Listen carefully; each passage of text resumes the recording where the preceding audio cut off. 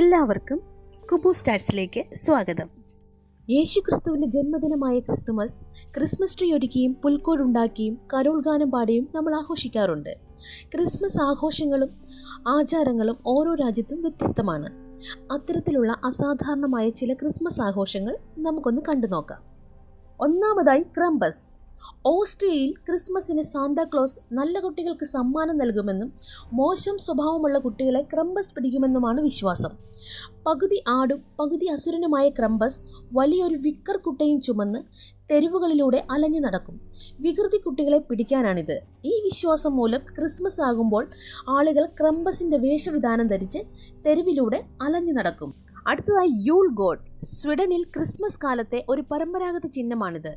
വൈക്കോൽ കൊണ്ട് വലിയ ഒരു ആടിൻ്റെ രൂപമുണ്ടാക്കുന്നു. സാന്താക്ലോസ് സമ്മാന വിതരണത്തിനായി യൂൾ ഗോട്ടിനെ നിയോഗിച്ചു എന്ന വിശ്വാസമാണിതിന് കാരണം. യൂൾ ഗോട്ട് ഉണ്ടാക്കി അത് കത്തിച്ചാണ് അവർ ക്രിസ്മസ് ആഘോഷിക്കുന്നത്. അടുത്തതായി മമ്മേഴ്സ്. ലാത്വിയയിലെ മമ്മേഴ്സ് എന്നത് പരമ്പരാഗതമായ ഒരു ക്രിസ്മസ് ആചാരമാണ്. ആളുകൾ വിചിത്രമായ വേഷവിധാനത്തോടും മുഖംമൂടിയും ധരിച്ച് വീടുകൾ തോറും കയറിയിറങ്ങുന്നു.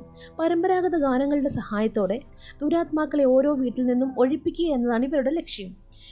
വീട്ടുകാർ ഈ മമ്മേഴ്സിനെ തിരിച്ചറിയുകയും ക്രിസ്മസ് വിഭവങ്ങൾ നൽകുകയും ചെയ്യുന്നു. അടുത്തതായി ലാ ബഫാന.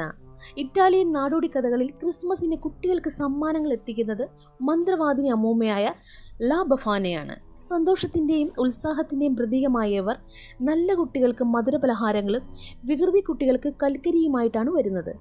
ഈ വിശ്വാസത്തിനാണ് ക്രിസ്മസ് സീസണിൻ്റെ അവസാന ഘട്ടത്തിൽ ആളുകൾ ലാ ബഫാനയുടെ രീതിയിലുള്ള വസ്ത്രങ്ങൾ ധരിച്ച് ക്രിസ്മസ് ആഘോഷിക്കുന്നു. അടുത്തത് KFC ഡിന്നർ. ജപ്പാനിൽ ഡിസംബർ മാസത്തിൽ ക്രിസ്മസ് അത്താഴമാണ് ഇവരുടെ പ്രധാന ആഘോഷം. നിവ കെൻഡി എന്നാണ് ഇതിൻ്റെ പേര്. വറുത്ത ചിക്കനാണ് ക്രിസ്മസ് ഭക്ഷണമായി ഇവിടെ പ്രചരിച്ചിരിക്കുന്നത്. അതിനാൽ ഇവർ പ്രാദേശിക KFC ചിക്കൻ സെൻ്ററുകളിൽ KFC പാർട്ടി ബാറിൽ നടത്തുന്നു. അടുത്തത് ജമർ ലാൻറ്റേൺ ഫെസ്റ്റിവൽ. സെപ്റ്റംബർ മുതൽ ജനുവരി വരെ നീണ്ടു നിൽക്കുന്ന ക്രിസ്മസ് ആഘോഷമാണ് ഫിലിപ്പീൻസിനുള്ളത്. ക്രിസ്മസ് രാവിന് മുമ്പുള്ള ശനിയാഴ്ച സാൻ ഫെർണാണ്ടോ നഗരം ലിഗ്ലിഗൻ പരുൾസാം പെർണന്തു എന്ന ഭീമൻ വിളക്കുത്സവം നടത്തുന്നു. മനോഹരമായ പേപ്പർ വിളക്കുകൾ നിർമ്മിക്കാൻ ഗ്രാമങ്ങൾ തമ്മിൽ മത്സരിക്കുന്നു. ഈ വിളക്കുകളെ പരോൾസ് എന്ന് വിളിക്കുന്നു.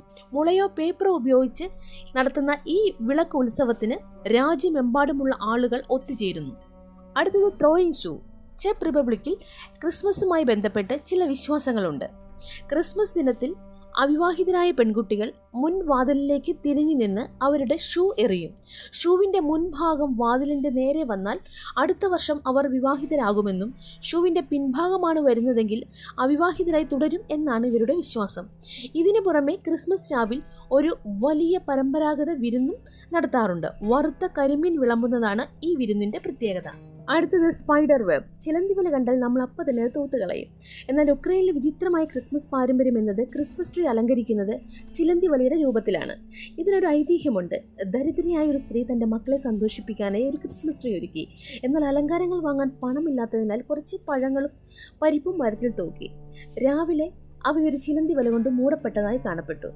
എന്നാൽ പ്രഭാത വെളിച്ചത്തിൽ തിളങ്ങുന്ന സ്വർണവും വെള്ളിയായി ഇത് കാണപ്പെട്ടു. ഈ ഒരു കഥയോടുള്ള ബഹുമാനാർത്ഥം ഉക്രൈൻകാർ ചിലന്തി വലയുടെ ആകൃതിയിലാണ് അലങ്കാരങ്ങൾ മരത്തിൽ തൂക്കുന്നത്. ഭാഗ്യം വരുമെന്നാണ് വിശ്വാസം. അടുത്തത് യൂൾ ലാഡസ്. ഐസ്ലാൻഡിൽ ക്രിസ്മസിന് മുമ്പുള്ള 13 ദിവസങ്ങളിൽ 13 യൂൾ ലാഡുകൾ കുട്ടികളെ സന്ദർശിക്കാനെത്തും. കുട്ടികളാകട്ടെ അവർ ഉറങ്ങുന്നതിന് മുമ്പ് അവരുടെ ഏറ്റവും നല്ല ഷൂ ജനലിനരികിൽ വയ്ക്കുന്നു. രാവിലെ അവർ നല്ലവരാണെങ്കിൽ സമ്മാനങ്ങളും മോശക്കാരാണെങ്കിൽ ചീഞ്ഞ ഉരുളക്കിഴങ്ങ് നിറഞ്ഞ ഷൂവും ഇവർക്ക് ലഭിക്കുന്നു. ഐസ്ലാൻഡിൽ ഇപ്രകാരം ഇറങ്ങുന്ന 13 ലാഡുകൾ 13 കഥാപാത്രങ്ങളായി നിലകൊള്ളുന്നു. അടുത്തത് റോളർ സ്കേറ്റിംഗ് മാസ്.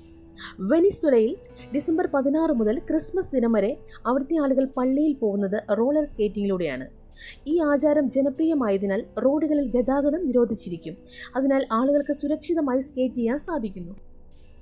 അടുത്തത് ഡക്ക് ഡക്ക് സ്വീഡൻ. സ്വീഡിഷ് ജനതയുടെ ക്രിസ്മസ് രാവിൽ ഉച്ച കഴിഞ്ഞ് എല്ലാവരും ടെലിവിഷൻ കാണുന്നു. ഇതിലെന്താണ് ഇത്ര പുതുമ എന്നല്ലേ? അവരെല്ലാവരും ഒരൊറ്റ പ്രോഗ്രാമാണ് കാണുക, ഡൊണാൾഡ് ഡക്ക്. 1960-ൽ ടെലിവിഷൻ പുതിയതായി ഇറങ്ങിയ സമയത്ത് 2 ചാനലുകളെ ഉണ്ടായിരുന്നുള്ളൂ. അതിലൊന്നാണ് ഡിസ്നി കാർട്ടൂണുകൾ.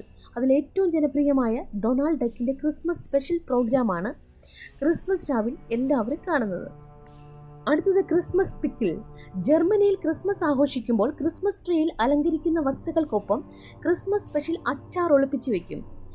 ഇത് ഡെക്കറേറ്റ് ചെയ്തായിരിക്കും തൂക്കിയിടുക. ഇത് ആദ്യം കണ്ടുപിടിക്കുന്ന കുട്ടിക്ക് ഒരു പ്രത്യേക സമ്മാനം ലഭിക്കും. നൂറ്റാണ്ടുകൾ പഴക്കമുള്ള ഒരു ജർമ്മൻ പാരമ്പര്യമാണിത്. അടുത്തത് റാഡിഷ് കാർവിംഗ്. മെക്സിക്കോയിൽ ക്രിസ്മസ് ആഘോഷിക്കുന്നത് മുള്ളങ്കി ഉപയോഗിച്ച് ശില്പങ്ങൾ നിർമ്മിച്ചാണ്. കലാകാരന്മാർ തമ്മിലുള്ള ഈ മത്സരമാണ് ഇവിടുത്തെ ക്രിസ്മസ് ഉത്സവം. മികച്ച ശില്പത്തിന് നല്ല സമ്മാനങ്ങൾ ലഭിക്കുന്നു. കെട്ടിടങ്ങൾ മുതൽ രാക്ഷസന്മാർ, സ്മാരകങ്ങൾ, പ്രശസ്തരായ വ്യക്തികൾ തുടങ്ങി നിരവധി കാര്യങ്ങൾ അവർ കൊത്തിയെടുക്കുന്നു. പങ്കെടുക്കുന്നവർ വളരെ സർഗാത്മകത പുലർത്തുന്നു. മെക്സിക്കൻ പാരമ്പര്യമായ ഒരു ആചാരമാണിത്. ഈ പറഞ്ഞ ക്രിസ്മസ് ആഘോഷങ്ങളിൽ നിങ്ങൾക്ക് ഏതാണ് ഇഷ്ടപ്പെട്ടതെന്ന് ഒന്ന് കമൻറ്റ് ചെയ്യുക. വീഡിയോ ഇഷ്ടപ്പെട്ടാൽ ലൈക്ക് ചെയ്യാനും ഷെയർ ചെയ്യാനും സബ്സ്ക്രൈബ് ചെയ്യാനും മറക്കരുത്.